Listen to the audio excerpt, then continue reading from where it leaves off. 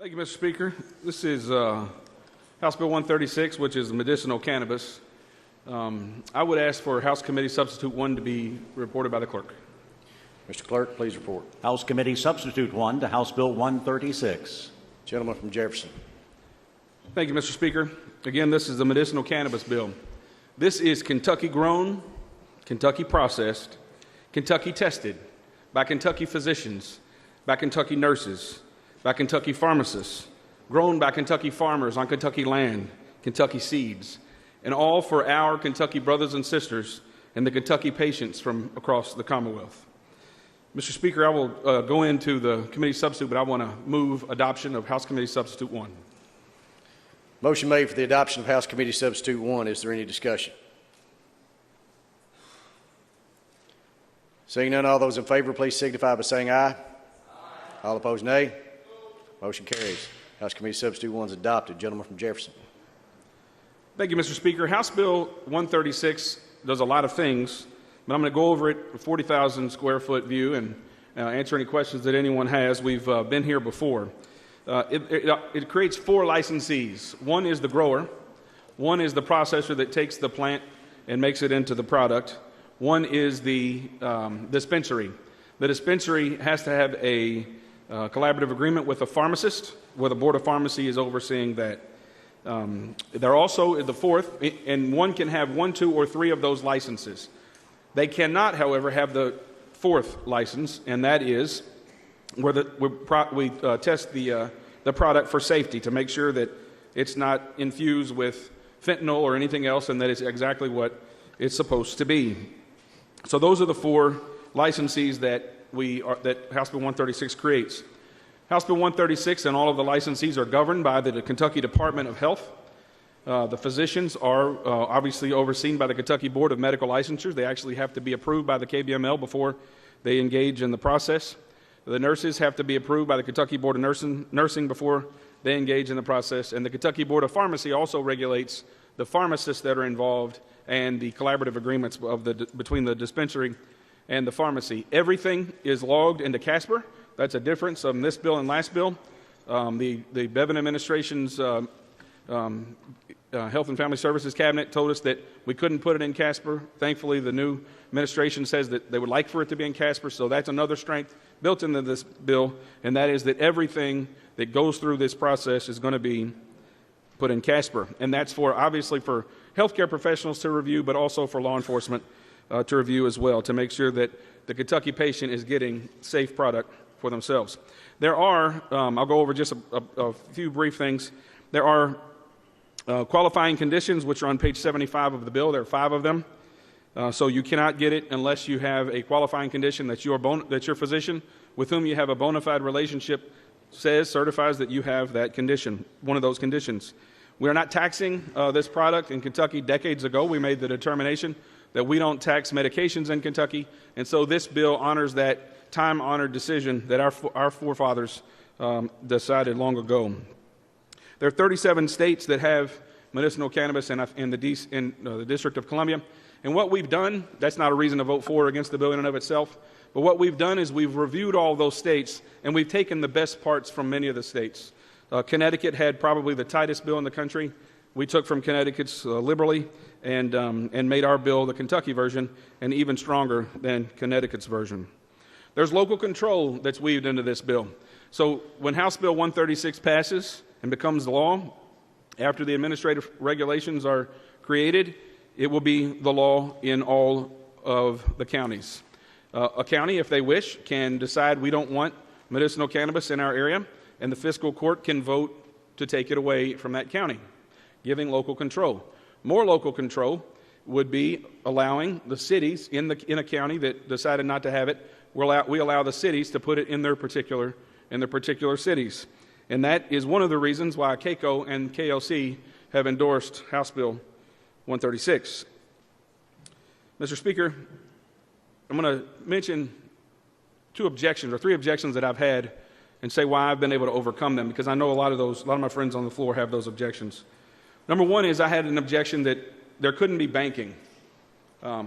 And now, according to the U.S. Department of Treasury, over 500 FDIC banks have banking, and over 150 credit unions have banking. That issue that was real a number of years ago is no longer a concern. Second issue that I had was this violates federal law. That concerned me greatly as an attorney, that I'm going to allow someone to comply with state law knowing that it violates federal law. That, for me, was a barrier I couldn't get over. I've done a lot of research on this. As everyone here knows, we've heard me speak on this. I was strongly opposed to anything cannabis, anything marijuana when I ran for office. I've never used it before, do not support recreational. But I did some research after meeting with some constituents to try to get over or at least address the federal question. And what I found is there's something called the Rohrabacher-Farr Amendment that's been passed in the United States congressional budget since 2014. And what it says is that there won't be any federal enforcement dollars that are spent in states so long as the state has a medicinal cannabis program or cannabis program. So if you are in Oklahoma or Alabama or Mississippi or one of the other 37 states that have medicinal cannabis, federal law does not come at you. If you're a pharmacist engaging in it or an individual patient, does not come and enforce federal law against you. So I, as an attorney, was satisfied that it was okay to move forward with a state medicinal cannabis program, not setting our constituents up to violate federal law.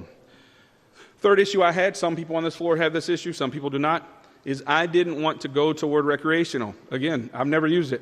Don't plan to ever use it. Have 3 sons. If they ever use it, they're going to have some problems at home. I do not support medicinal cannabis. I do not support recreational cannabis. I misspoke. I do strongly support medicinal cannabis.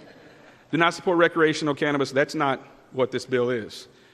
So when I took this bill and grabbed it by the horns and made it tighter, worked with a lot of you, a lot of people, a lot of senators, and made it to where this is truly a bill for people who are just trying to be and trying to feel better. Those are my 3 concerns. Mr. Speaker, I would like to call House Floor Amendment 5, if I might. Mr. Clerk, please report. House Floor Amendment 5 to House Bill 136. Gentleman from Jefferson. Thank you, Mr. Speaker. House Floor Amendment 5 does 3 things, makes 3 changes to the committee substitute. The first thing it does, and all 3 of these were errors on my part that we're fixing. First thing it does is it removes the absolute immunity from pharmacists engaged in the process. When we put immunity in there, we wanted to have immunity from acts that were egregious, but not egregious, but just purely negligent. And so we have removed language, and the Board of Pharmacy, or the Pharmacists Association, I should say, has approved the language in House Floor Amendment 5 on the first thing that it does, and that's removing the absolute immunity from pharmacists. The second thing it does is after a committee meeting, the gentleman from Campbell mentioned that there was language in there in the qualifying conditions that it said at a minimum. It said these conditions at a minimum. He wanted that to be removed. I think that's a good change. So the second thing House Floor Amendment 5 does is excise the language that says at a minimum. The third thing that it does, again, this was all on me in drafting. Last time we passed this bill, we had nausea and vomiting associated with cancer treatments and the like. Worked on this bill with a number of senators over the interim, and they wanted cancer treatment more broadly to be covered. So we've done that. That's one of the qualifying conditions. But I inadvertently left in just blanket nausea and vomiting. That was not my intent. So what we've done in House Floor Amendment 5, it says it has to be chronic, and these are conditions in other states that have the program. It has to be chronic nausea or cyclical vomiting syndrome that has proven resistant to other conventional medical treatment. So that is what House Floor Amendment 5 does. And Mr. Speaker, I would ask for adoption of House Floor Amendment 5. Thank you, Mr. Speaker. House Floor Amendment 10 is another protection for the General Assembly and for public safety.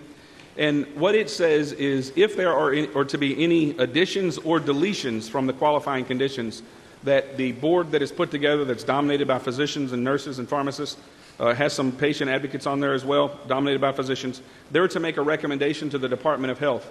If the Department of Health agrees with that, they can add or delete conditions, but they do not go into effect until the next April 16th, thereby giving us in the General Assembly an opportunity to disapprove of any additions or deletions. So with that, Mr. Speaker, I ask for adoption of House Floor Amendment 10. Gentleman from Jefferson, 33. Thank you, Mr. Speaker.